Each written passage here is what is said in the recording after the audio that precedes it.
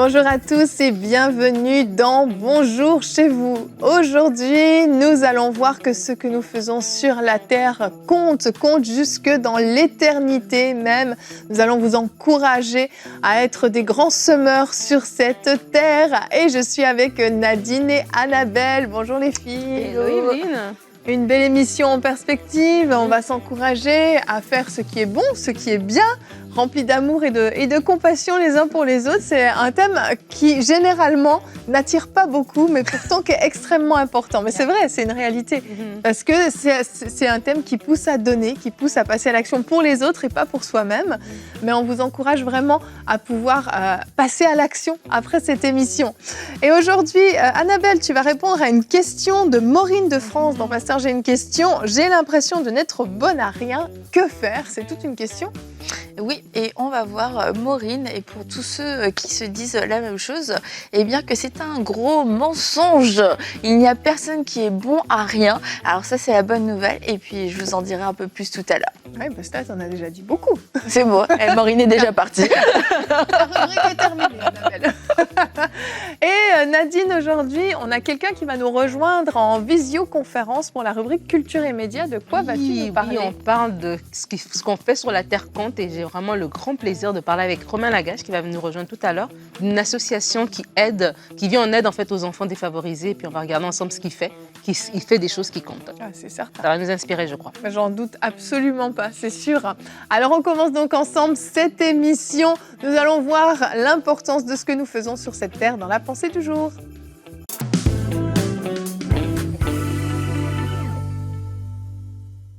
Alors, Evelyne avait raison de dire que oui, des fois, c'est des thèmes comme ça qui n'attirent pas trop le regard parce que faut se le dire, faut se dire la vérité, on est centré sur nous. On est centré sur nous, même si on est chrétien, on se dit oui, on est rempli du Saint-Esprit. Mais malgré ça, la pensée de l'être humain, voilà, le cœur de l'homme est mauvais. Le cœur de l'homme est un cœur qui est centré sur lui-même. Et on va chercher ce qui nous avantage, on va chercher, voilà, bâtir des choses pour nous. Et dans la vie, on doit bâtir des choses. On va faire des études, on va faire un travail, on va peut-être chercher à chasser une maison, peut-être avoir des biens matériels, etc., à se bâtir une belle vie. Et ça s'arrête là. Mais en tant qu'enfant de Dieu, on est appelé à avoir une pensée beaucoup plus grande, à avoir cette pensée de l'éternité. Parce qu'on sait qu'on est juste des voyageurs sur la terre. On est passagers sur cette terre et on a une patrie céleste qui nous attend. Et dans cette éternité, ce que nous faisons de ce côté-ci compte pour l'éternité. Et vraiment, lorsqu'on dit n'oublie pas que ce que tu fais sur la terre compte, parce qu'on peut oublier. On peut oublier parce qu'on est préoccupé par la vie de tous les jours. On est préoccupé par bâtir des choses, préoccupé par s'enrichir, préoccupé par faire des choses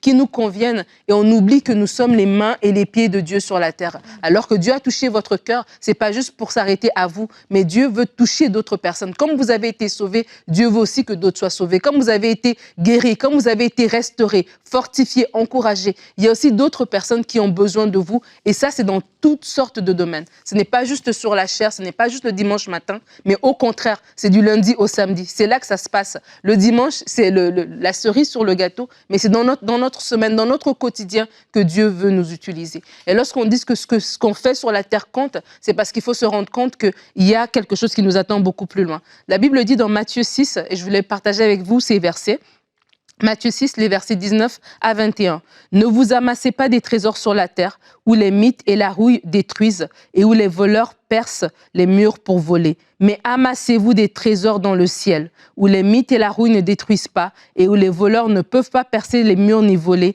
En effet, là où est ton trésor, là sera ton cœur. » Et ma question pour toi ce matin, c'est de savoir où amasses-tu tes trésors? Où amasses-tu tes trésors? Est-ce que tes trésors, c'est juste ce qui est devant toi? Est-ce que tu es préoccupé, tu te sens vraiment concerné à bâtir des choses pour toi-même sans avoir la pensée de l'éternité? Il y a des choses, la Bible dit qu'on peut amasser des trésors, mais ces trésors peuvent être volés, peuvent être touchés. Mais il y a un type de trésor que la rouille, la teigne ne peuvent pas toucher. Quels sont ces trésors? C'est lorsqu'on fait du bien justement pour son prochain, lorsqu'on aime de façon concrète, lorsqu'on s'investit dans la vie des autres, lorsqu'on n'est pas un chrétien qui est centré sur lui-même, mais qu'on se rend compte que ce qu'on fait sur la terre compte. Alors je t'invite à te poser la question, à demander au Seigneur, où est-ce est-ce que je dois investir, où est-ce que je dois bâtir que la rouille, que les voleurs ne pourront pas dérober. Et je suis sûre que le Seigneur va mettre dans ton cœur certaines choses. Et des fois, on peut se dire, mais moi, je suis dans un pays, voilà, qui a peu de moyens, je suis obligée de me concentrer sur moi-même. Mais même dans ton pays qui a peu de moyens, tu peux quand même faire une différence, tu peux faire quelque chose. D'autres se disent, mais non, on est dans une société développée, voilà, il y a déjà des programmes sociaux pour ça, j'ai pas besoin de m'investir. Non, tu peux t'investir, c'est notre responsabilité à chacun. Et ma pensée aujourd'hui, c'est juste de t'encourager et te dire, pose-toi la question. Est-ce que tu es en train d'amasser des trésors où on peut voler ou est-ce que tu es en train d'amasser des trésors où la rouille et la teigne ne peuvent pas atteindre? Amen. Merci Nadine. C'est sûr que l'amour, la compassion doivent être les motivations premières quand on passe à l'action pour les autres. Mais il y a une réalité, c'est que oui, il y a aussi cette notion de récompense céleste, d'investir dans son éternité. Parce qu'en fait, les actions qu'on pose vont réjouir le cœur de Dieu. On peut regarder notre verset du jour qui aujourd'hui est dans Matthieu 25 au verset 40. Jésus, dans ce passage-là, en fait, est en train de parler de ce moment où on sera devant le grand trône blanc de Dieu. Et il dit, et le roi leur répondra, le roi qui représente en fait le Père ou Jésus, « Je vous le dis en vérité, toutes les fois que vous avez fait cela à l'un de ces plus petits de mes frères, c'est à moi que vous l'avez fait. » Si on lit un peu plus haut, on voit « J'étais malade et vous m'avez visité. J'étais en prison et vous m'avez visité. J'étais nu, vous m'avez vêtu. J'avais faim, vous m'avez nourri, etc. etc. » Et les disciples lui ont dit « Mais quand avons-nous fait ça? Quand avons-nous nu? Avons-nous vêtu, etc. etc. » Et c'est là que Jésus leur fait cette réponse-là. « Toutes les fois où vous le faites à un des plus petits, c'est comme si vous le faisiez à moi. » Et en fait, Jésus, au travers de ça, explique un principe en fait qui est très simple. C'est le principe de l'amour, d'aimer son prochain, d'aimer les autres comme nous-mêmes, de faire aux autres ce qu'on aimerait qu'on nous fasse, d'être des personnes qui allons être intentionnelles et qui allons poser de vraies actions pour répondre aux besoins des autres. Jésus parle de voir le problème de l'autre et d'y répondre. Et en fait, Jésus nous expliquait à ses disciples à ce moment-là la nécessité de ne pas fermer les yeux sur la détresse des autres, sur les besoins des autres. Il y a des choses qu'on ne voit pas. On ne peut pas répondre aux choses qu'on ne voit pas. Mais on a tous des voisins, on a tous même des gens à l'église, des frères et sœurs à l'église. On a tous des enfants qui vont à l'école ou qui vont dans des endroits et vous voyez d'autres enfants qui sont peut-être dans le besoin, d'autres parents qui sont dans le besoin. On va tous faire nos courses quelque part et voir des gens qui arrivent à peine à payer à la caisse la nourriture qu'ils ont achetée. En fait, on voit tous des choses. Et certains ont des grands appels, on le verra tout à l'heure, comme Romain Lagage, qui vraiment vont développer une structure, mais il y a des choses qui peuvent être faites au day-to-day qui vont faire la différence. Et dernièrement, j'ai entendu une histoire qui m'a beaucoup touchée. C'est une personne, un homme qui avait 16 ans a perdu son papa. Et en fait, il expliquait comment ça a été extrêmement douloureux pour lui, cette perte de son père, ça l'a déstabilisé. Et en fait, sa vie aurait pu vraiment virer vers la délinquance, etc., etc. Et une famille a décidé de le prendre sous son aile. Ils l'ont accueilli pendant des années, ils ont pris soin de lui. Et en fait, ça a bâti sa foi. Et encore aujourd'hui, cet homme-là peut dire « Cette famille qui m'a accueilli m'ont sauvé la vie. Ils ont investi en moi, pas juste spirituellement, parce qu'en plus, ça lui a permis de rester attaché au Seigneur, mais en plus, ça lui a appris des valeurs, ça lui a travaillé dans son caractère, ça lui a donné vraiment tout un tas de choses dont il avait besoin pour pouvoir se déployer dans la vie. Un enfant qui a été accueilli dans une maison pour qu'on prenne soin de lui et ça a fait toute la différence. Ça sauve une vie et ensuite ça sauve toute une génération. Et quelquefois on se dit, je peux pas sauver tout le monde, je peux pas répondre à tous les besoins et ça devient un frein pour faire quelque chose.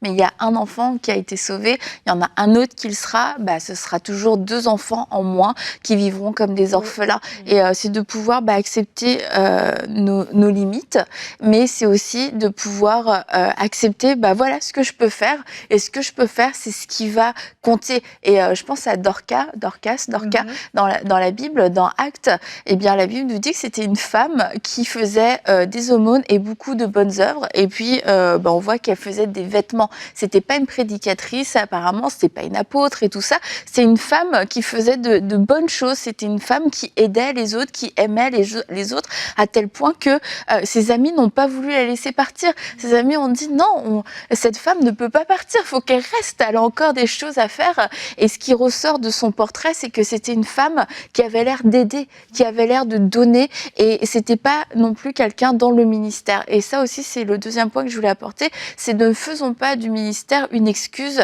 si on est dans le ministère pour ne rien faire d'autre de concret. Et si on n'est pas dans le ministère, de se dire c'est juste à travers le ministère que je pourrais faire quelque chose. Non, cette femme, on a pris le temps d'écrire son histoire, une résurrection, et c'était quelqu'un qui faisait des aumônes, qui faisait de bonnes œuvres et qui faisait des vêtements. Et on a dit non, cette femme a besoin de revenir, et Pierre a prié pour elle, elle est revenue à la vie.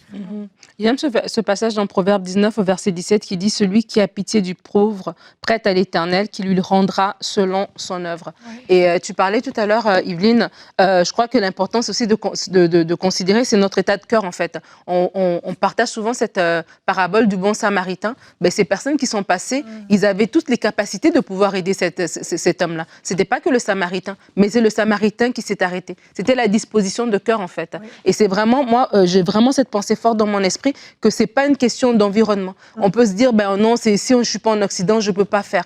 Mais même où tu es, tu peux quand même faire quelque chose. Et comme tu le disais, même par rapport à l'histoire du garçon, ben c'est un garçon de moins, c'est déjà une vie que tu as touchée. Et quand Jésus prend le temps de dire que quand vous aurez fait des choses assez plus petites, c'est à moi que vous le faites, ben c'est de se dire, ça compte. Ça veut dire que dans l'éternité, c'est marqué. Dans le ciel, c'est écrit ce qu'on est en train de faire. Parce que c'est des créatures de Dieu à qui on a pu aider, à qui on a pu toucher. Donc vraiment, c'est se dire, des fois, on est tellement pris dans le train-train quotidien qu'on oublie que voilà, la vie chrétienne ne se limite pas à ce que je puisse prier, à ce que je puisse jeûner, à ce que je puisse aller de gloire en gloire. La vie chrétienne, c'est aussi cet aspect-là. Et vraiment, ça porte du fruit, en fait. Et ce verset dit que lorsqu'on a pitié du pauvre, on prête à l'Éternel et il va nous le rendre. C'est incroyable. Il va nous le rendre dans l'éternité. Oui, on aura des couronnes et voilà, le Seigneur va nous féliciter pour ces choses-là. Mais je crois aussi que sur la terre aussi, il y a des choses que nous allons vivre lorsque nous allons sortir un peu de notre petit cocon,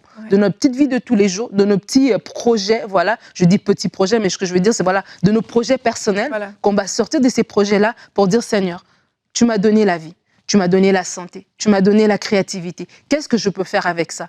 Et pour certains, ça peut être, comme on va parler tout à l'heure, d'une association, mais pour d'autres, comme pour Dorcas, c'était pour faire des vêtements, mais pour quelqu'un d'autre, c'est peut-être un accompagnement juste au niveau de parler avec quelqu'un. Ça peut être tellement de choses, il y a une panoplie de choses qui peuvent être faites et en plus on le fait avec le Saint-Esprit. Donc ça veut dire que au-delà d'une association séculière qui va juste rendre un service, on apporte la bonne nouvelle de Dieu, on apporte l'Esprit de Dieu partout où on va. Donc, ça veut dire qu'on a une empreinte qu'on peut laisser dans la vie de ces personnes-là qui est beaucoup plus grande. Donc, vraiment, en tant qu'enfants de Dieu, soyons l'exemple, en fait. Et vraiment, sortons de nos quatre murs pour pouvoir avoir un impact sur notre société.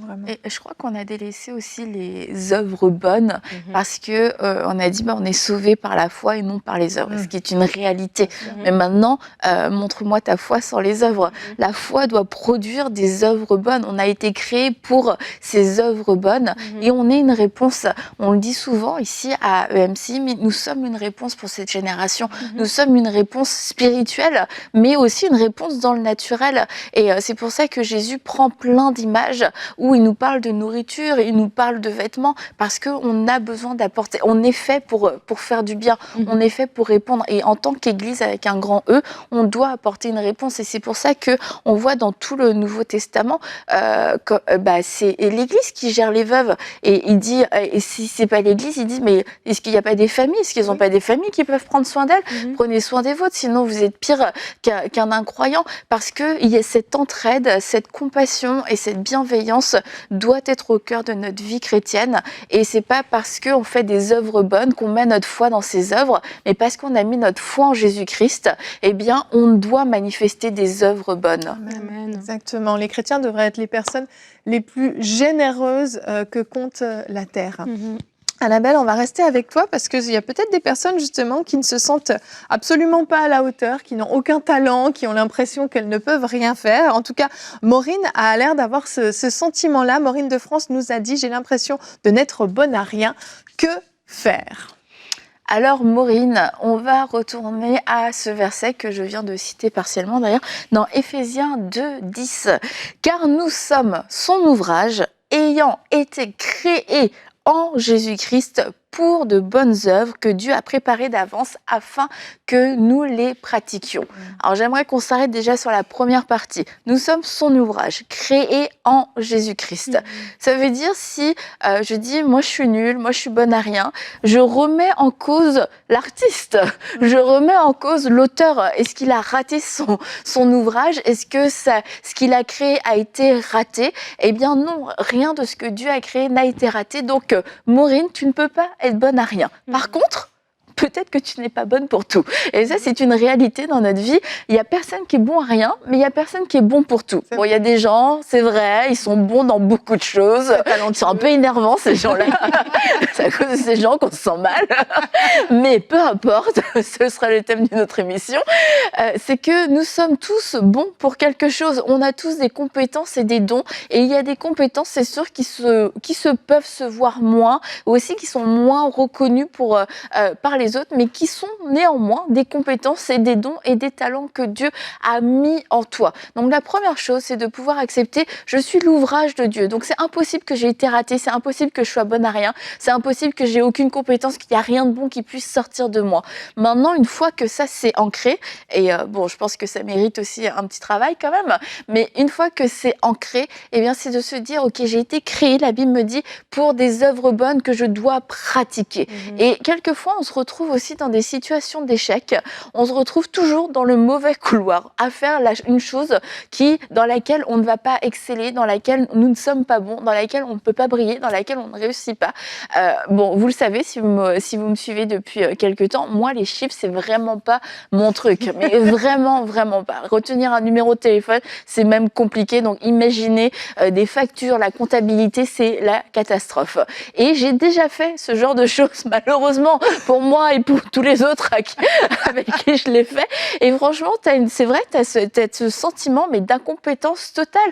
Parce qu'à côté de toi, il y a quelqu'un pour qui c'est hyper simple, mais pour toi, mais c'est impossible à faire. Et tu te dis, si j'avais persévéré là-dedans, mais c'est sûr que j'ai renvoyé une question, moi aussi, à Bonjour chez vous, avec une question, comment m'en sortir? C'est de pouvoir trouver, c'est quoi votre couloir? C'est quoi le domaine dans lequel vous êtes bon? Le domaine dans lequel vous avez des facilités naturellement. Et comme je l'ai dit, c'est pas forcément des choses, on va se dire, est-ce que c'est la musique? Est-ce que c'est le chant?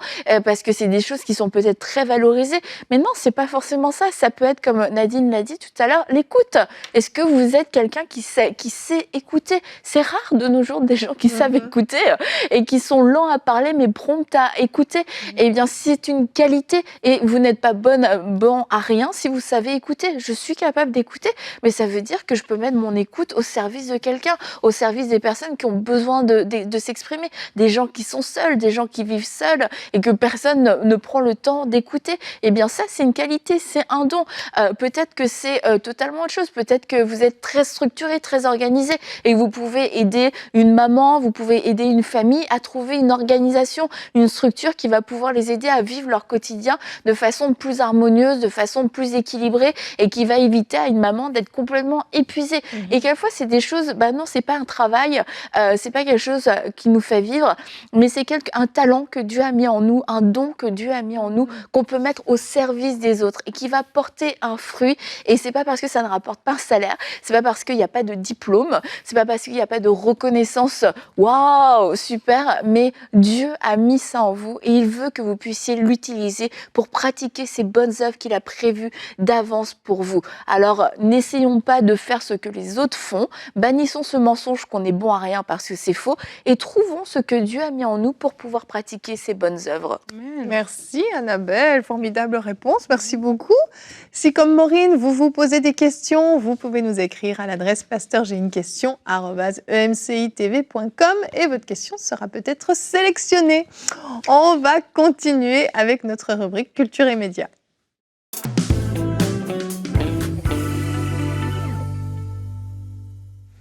Alors, comme je disais au début de l'émission, on va parler avec quelqu'un qui fait quelque chose qui compte. C'est Romain Lagache de l'association 2400 Sourires qui nous rejoint sur le plateau de façon virtuelle. Bonjour Romain. Bonjour tout le monde, bonjour Evelyne et Annabelle. Bonjour Romain. Salut Romain. Tellement contente de t'avoir aujourd'hui. On a souvent partagé, souvent échangé ensemble. Tu as une association qui s'appelle 2400 sourires et c'était important d'en parler parce qu'aujourd'hui, on parle de faire des choses qui comptent. Et je crois vraiment que ce que tu as choisi de faire, toi et ton épouse, au sein de cette association compte. Et juste pour pouvoir la présenter un petit peu, est-ce que tu peux nous expliquer d'où t'est venue l'idée d'avoir cette association? Ben, c'est tout simplement, on a fait un voyage en famille à Madagascar où sont déjà mes parents en tant que missionnaires. Ça fait du coup maintenant 2 générations qu'on est missionnaires là-bas. Et un soir dans la rue avec Séverine, je décide en fait de lui montrer la réalité de nuit de cette ville que je connais puisque j'y ai grandi quand j'étais petit. Et on se retrouve très rapidement en fait dans le quartier des prostituées. Puis on dépasse ce quartier et on se retrouve nez à nez avec plein d'enfants, des dizaines, des vingtaines, puis ensuite des centaines qui sont dans la rue abandonnée. Et plus on s'enfonce dans ces ruelles et on discute avec eux, plus leur réalité est terrible jusqu'à ce qu'il y en ait 2 qui étaient assis devant une gargote qui faisait la manche pour juste avoir à manger. Et puis je lui dis, où sont tes parents? Il me dit, mes parents sont morts. Et dans la foulée, avec un regard totalement vide, mais vraiment ça venait du fond de lui, il me dit, de toute façon, on n'est que des misérables. Et là, Séverine, elle pleure, elle dit, faut faire quelque chose, faut faire quelque chose. Et je fais court, mais je lui dis, si tu veux qu'on fasse quelque chose, alors il faut qu'on essaye de devenir une solution. Parce qu'en tant que fils de missionnaire, j'ai vu plein de gens passer chez mes parents qui ont dit, on va faire, et puis ils sont rentrés en métropole, en Europe, et puis on les a jamais plus revus. Et puis, ce soir-là, c'est comme si, des fois dans la vie, Dieu il nous demande des choses et on a le temps. On peut prendre vraiment le temps d'y répondre. Mais ce soir-là, c'était comme si Dieu nous disait, c'est maintenant, donnez-moi votre réponse ce soir. Et on a dit, ok Seigneur, ce soir-là, on s'en souvient très bien, on a dit, ok, on va changer de vie et on va venir te servir. Et 1 an et demi plus tard, on avait tout quitté avec nos 3 enfants et on débarquait à Madagascar. Oui, tu es débarqué à Madagascar avec votre bébé, je crois, je me rappelle bien, qui venait de naître, votre 3e. C'est ça. Et sur le terrain, vous faites quoi exactement? Alors aujourd'hui, notre vision, c'est vraiment de sortir durablement les enfants des rues. C'est-à-dire que ce qui est terrible, c'est que quand on est parti et que Dieu nous a appelés, l'ONU, l'UNICEF plus précisément, indiquait qu'il y avait 2400 enfants dans quelques quartiers de la capitale. Et le dernier audit de l'ONU, cette fois-ci 2022, janvier 2022, indique que ce chiffre est passé à 24 000 enfants, donc 10 fois plus en quelques années. Donc notre objectif, c'est d'ouvrir, et on le construit actuellement, un village d'enfants qui permettra d'accompagner les enfants dès leur premier jour d'arrivée jusque dans la vie professionnelle avec de la dignité et puis surtout avec une espérance éternelle, parce qu'on n'est pas là juste pour sortir les enfants de la rue, on est aussi là pour leur amener de l'espérance et l'espérance du salut, du Christ qui nous habite et qui nous a envoyés vers eux. Voilà, donc c'est ça l'objectif. Et tu dis 2400, parce que c'est pour ça que ton association s'appelle 2400 sourires, mais là, c'est rendu 24 000. Donc, j'imagine que les défis sont grands. Est-ce que tu peux nous partager quelques défis que vous avez sur le terrain? Je vais vous partager ce qui s'est passé hier soir, pour être très concret. Et puis, la première parole que tu as dit, Nadine, aujourd'hui, ça m'a dit, à l'intro de cette émission, je me suis dit, Seigneur, c'est par rapport à ce qui s'est passé hier soir. Donc, hier soir, on arrive au site de nutrition. Donc on va dans la rue et ce qui importe, chers amis qui regardez cette émission, c'est pas votre talent, ce que vous savez faire ou etc. Dieu il s'en fiche de ça. Dieu ce qu'il veut, c'est que vous rejoigniez les gens où ils sont, les perdus là où ils sont, pauvres ou riches, rejoignez-les là où ils sont. Et c'est tout ce que Jésus lui demande. Pas de talent, pas de choses, juste que vous donniez du temps. Et hier soir, à peine je sors de la voiture, que mon équipe qui était dans l'autre voiture me dise, Romain, on a une très mauvaise nouvelle, Mimi est morte. Et Mimi, c'est une jeune fille de 12 ans que l'on connaît depuis que l'on est dans la rue avec elle. Et en fait, elle est décédée le jour du Nouvel An. Ses parents lui ont donné un mélange toxique dans la rue. Et comme il n'y a pas d'argent pour payer l'hôpital, elle est morte dans la rue et ils l'ont enterrée hier. Et hier soir, j'étais mal parce que ce n'est pas des nouvelles faciles à entendre. Et je me suis dit, mais Jésus, mais qu'est-ce qu'on a fait? Et là, j'ai eu vraiment cette parole qui m'a dit, il y a une urgence d'annoncer l'évangile aux enfants, parce qu'on ne sait pas quand est-ce que eux aussi ils partiront. Et souvent, on oublie en fait que tout est compté, que la vie c'est comme un fleuve qui avance et il s'arrêtera jamais. Et soit on décide de se laisser porter par ce fleuve, soit on décide guidé par le Saint-Esprit, de choisir la destination de ce fleuve. Et pour ça, il faut rejoindre les gens là où ils sont. Et ça demande juste du temps, ça demande du temps et de quitter son confort. Et voilà ce que l'on essaye de faire en fait dans la rue, c'est d'aller vers ces gens, d'aller vers ces enfants, de les aimer, de les nourrir, de les soigner, c'est ce qu'on fait toutes les semaines, et de leur parler d'un Jésus qui les aime, de prier pour eux, de les prendre dans les bras, de leur faire des bisous même quand ils ont la gale, de leur caresser les cheveux même quand ils ont les poux, de les aimer là où ils sont et comme ils sont. Et voilà ce qu'on essaye de faire dans la rue. Et par la suite, quand le village sera construit, vu qu'il est en cours, de les intégrer dans ce village pour leur donner de la dignité et puis une destinée. Et pour terminer, Romain, c'est tellement... Je ne m'attendais pas à cette histoire, ça m'a un peu émue. Je voulais aussi quand même que tu puisses partager si tu as... Parce que ça doit être quand même difficile sur le terrain. On dit on encourage les gens à s'investir, à faire des choses, mais des fois on peut se sentir découragé, des fois on peut se sentir freiné. Comment toi tu arrives à continuer justement ? On peut se sentir découragé. On est dans un pays où malheureusement il est enclavé dans plein de problématiques. On se fait voler, aujourd'hui on s'est encore fait voler sur la construction. Des fois on a le moral en bas. Mais il ne faut pas perdre de vue le pourquoi on est ici en fait. Et souvent, en fait, dans quoi est-ce qu'on met notre espérance ? Et c'est cette espérance en fait qui doit nous guider. J'avais fait un prêche un jour, c'est traverse la foule en gardant le regard sur Jésus.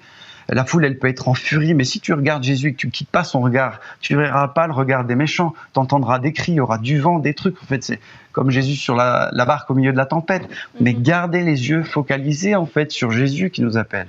Et c'est pas trop une réponse trop évangélique que ce que je fais. C'est juste qu'il faut pas perdre de vue ce Jésus qui nous aime. Amen. Merci énormément, Romain, de ce que tu fais sur le terrain. Et pour conclure, je vais justement inviter les personnes à regarder un petit extrait de ce que vous avez fait avec les enfants pendant le temps des fêtes.